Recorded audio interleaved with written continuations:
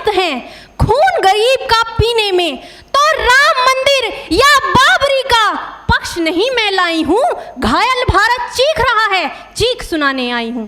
परम आदरणीय सभापति महोदय, मंचासीन निर्णायक मंडल समिति एवं उपस्थित मेरे प्यारे साथियों, मैं आरक्षी खुशबू चौहान केंद्रीय रिजर्व पुलिस बल आज सदन की राय से असहमत होते हुए वक्ता विपक्ष में अपने विचार प्रस्तुत करूंगी। महोदय, दर्द हद से तब गुजरने लगता है जब मेरी आंखों के सामने ताज, पुलवामा, छत्तीसगढ़ में शहीद हुए जवानों के शत विशत अधजले शरीर के टुकड़े, रेत के टीलों से ऊपर जाती लाशों के ढेर और कश्मीर की खून से सनी लाल रंग की सड़कों के दृश्य सामने आते हैं। उस पर मेरे प्रतिपक्षी महोदय का कहना ये कि मानवाधिकारों की अनुपालना करते हुए देश से उग्रवाद और आतंकवाद को समाप्त किया जा सकता है। महोदय, अब तो हमारा तिरंगा झंडा भी हमसे ये पूछने लगा है कि क्या बात है भारत, आजकल फहराने से ज्यादा मैं कफन में दफनाने के क्यों काम आ रहा हूं।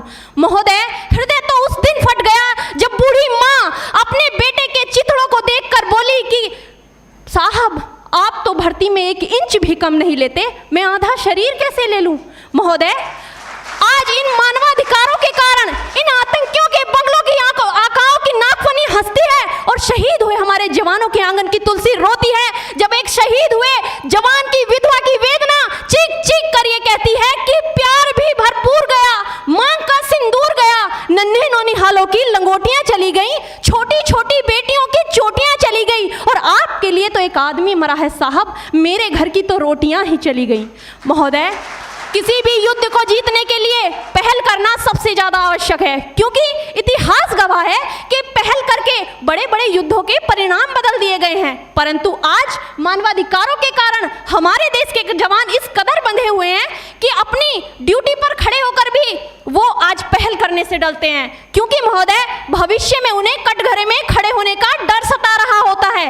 वो ये जानते हैं कि चाहे एक उग्रवादी की राइफल से निकलने वाली गोली को ये तय करना पड़े या ना पड़े कि वो किसे लगेगी, लेकिन हमारी राइफल से निकलने वाली हर गोली को ये निर्णय लेना पड़ता है कि चाहे वो किसी निर्दोष को लगे, दोषी को लगे या ना लगे, परंतु किसी निर्दोष को नहीं लगनी चाहिए। यदि ऐसा हुआ तो ना तो ये समाज हमें छोड़ेगा, ना ही तिल का ताड़ बनाने वाली ये मीडिया हमें छोड़ेगी। और महोदय, मानवाधिकार के तले किसी जवान को दबाकर युद्ध के मैदान में छोड़ देना कोई वीरता नहीं, एक आत्महत्या है।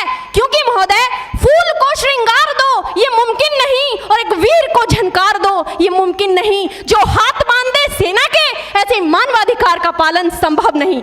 महोदय, आज सत्यनिष्ठा के मार्ग पर चलते हुए भी हमारे देश का जवान इन आतंकवादियों, इन पत्थरबाजों से डरता है, क्योंकि वो जानता है कि उसकी राइफल से निकलने वाली गोली अगर टारगेट को हिट नहीं भी करेगी तो भी 400 मीटर तक जाएगी, और यदि इस बीच वो किसी निर्दोष को लग गई तो महोदय, हमें अपनी नौकरी से हाथ तक धोना पड़ सकता है। और महोदय, अपनी नौकरी को बचाने की खातिर एक जवान आज ये सोचता है कि चाहे सांप मरे या ना मरे, परंतु लाठी नहीं टूटनी चाहिए, क्योंकि आज हमारे देश के हालात कुछ ऐसे हो गए हैं कि चिरागों को हवाओं में उछाला जा रहा है, हवाओं पर भी रोब डाला जा रहा है। अरे हम ही तो बुनियाद है आंतरिक सुरक्षा की, और आज हमें ही नौकरी से निकाला जा रहा है। महोदय, जब पुलवामा में 44 जवान शहीद हुए, छत्तीसगढ़ में 76 जवान शहीद हुए, तो कोई भी मानवाधिकार की दुहाई देने वाला हमारे पक्ष में आकर खड़ा नहीं हुआ।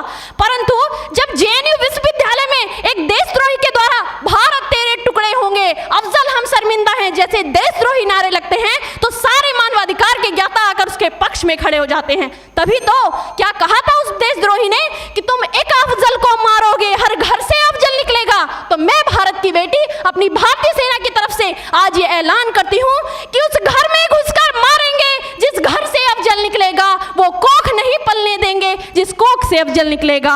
उठो देश के वीर जवानों, तुम सिंह बनकर दहाड़ दो और एक तिरंगा झंडा उस कन्हैया के सीने में गाड़ दो।